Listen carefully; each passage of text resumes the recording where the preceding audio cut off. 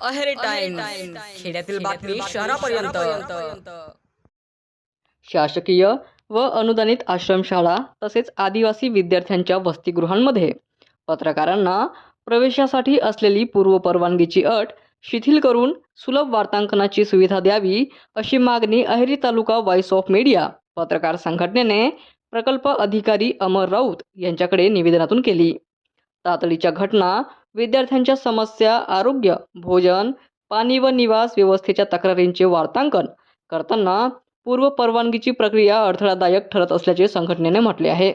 विद्यार्थ्यांची सुरक्षितता व गोपनीयता कायम ठेवून पत्रकारांना लोकहिताच्या वार्तांकनासाठी सुलभ प्रवेश व्यवस्था उपलब्ध करून द्यावी अशी मागणी करण्यात आली.